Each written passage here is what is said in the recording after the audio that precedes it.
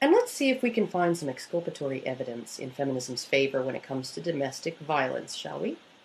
Erin Pizzey opened the world's first domestic violence shelter in the UK in 1971, during the height of the second wave of feminism. Ms. Pizzey, who'd grown up with two abusive parents and who was not a feminist, found that 60 of the first 100 women she sheltered were as violent as, or more violent than, the men they'd left. She determined to turn her efforts to helping male victims as well, but soon found her shelter and calling co-opted by second-wave radicals who subscribed to the patriarchal terrorist paradigm of domestic violence. To these feminists, domestic violence was a microscale reflection of society-wide systemic male oppression of women, and they used it as a supporting evidentiary leg for their unifying theory of Big P patriarchy. Pizzey soon found herself to be persona non grata in her own shelter, and after trying to advocate for male victims and receiving repeated death threats against herself, her children, and her grandchildren for doing so, finally decided to leave the country when those threats culminated in the killing of her family dog. In the early 80s, research was quietly begun into the true nature of domestic violence, which was much as Pizzey had claimed. The majority of it involved two people pounding on each other, with women just as likely or even more likely to abuse their male partners.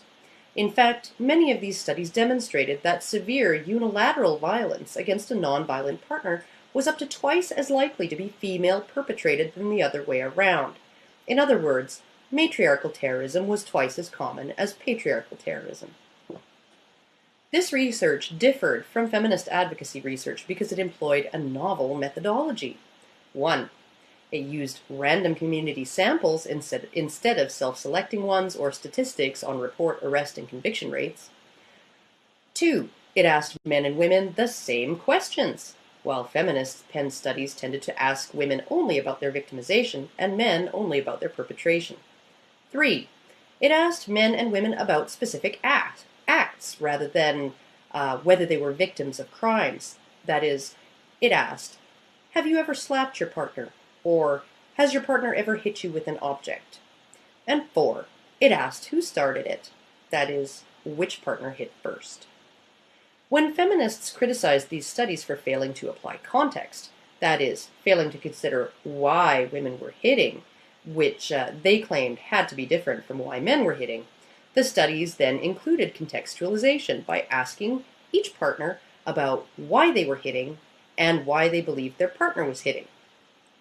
And surprise, surprise, it found that men and women abuse their partners for much the same reason, and that women are just as likely to hit out of a desire to dominate or control or strike fear in a partner as men are. Wow, who knew? Not feminists, because they refused to believe it. They also refused, and still refuse, to believe that female-perpetrated domestic violence is as harmful as male-perpetrated, because men are bigger and stronger. It doesn't seem to matter that for every 40 women injured, at least 25 men are, with comparable rates of severity. To many feminists, men are a tiny minority of domestic violence victims and rarely injured by it, at which point they'll usually give some lip service to the idea that even if they're a tiny minority and aren't as harmed by it, we should still feel bad for them. To date, there are about 300 studies that show a pattern of gender symmetry in intimate partner violence.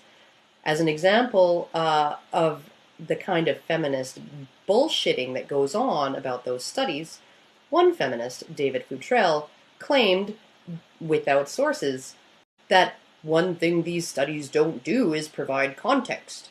Not only is he outright lying, since they explicitly do provide context, but in saying that, he's implying that feminist advocacy research does provide this context when it usually doesn't.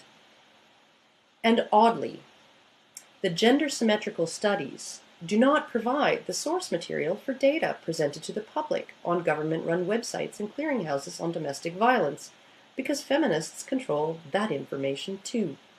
In Canada, any research paper or report provided to the Minister of Justice or any other minister must first be vetted by the Office of the Minister for the Status of Women.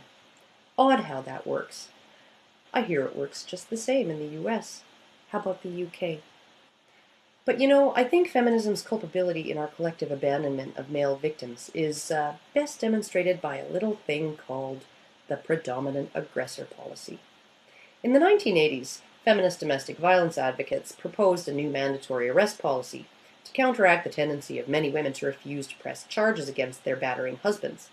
In California, these policies resulted in a 37% increase in arrests of men and a 446% increase in the arrests of women.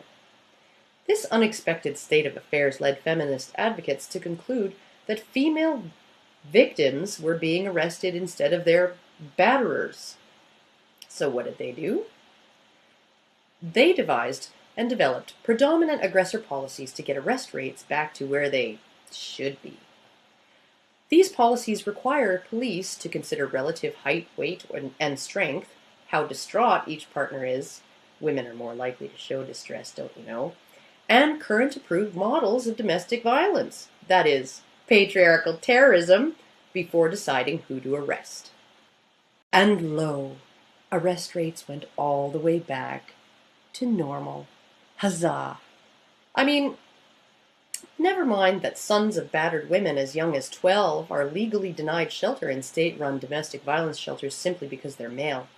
Never mind that battered men are routinely turned away without even a hotel voucher when they attempt to seek refuge at a state-run DV shelter, simply because they're male.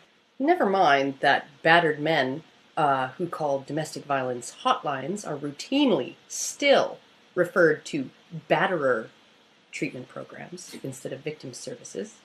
Never mind that battered men with children face the lovely, lovely option of either staying with their abusers or abandoning their children into the sole care and custody of violent women.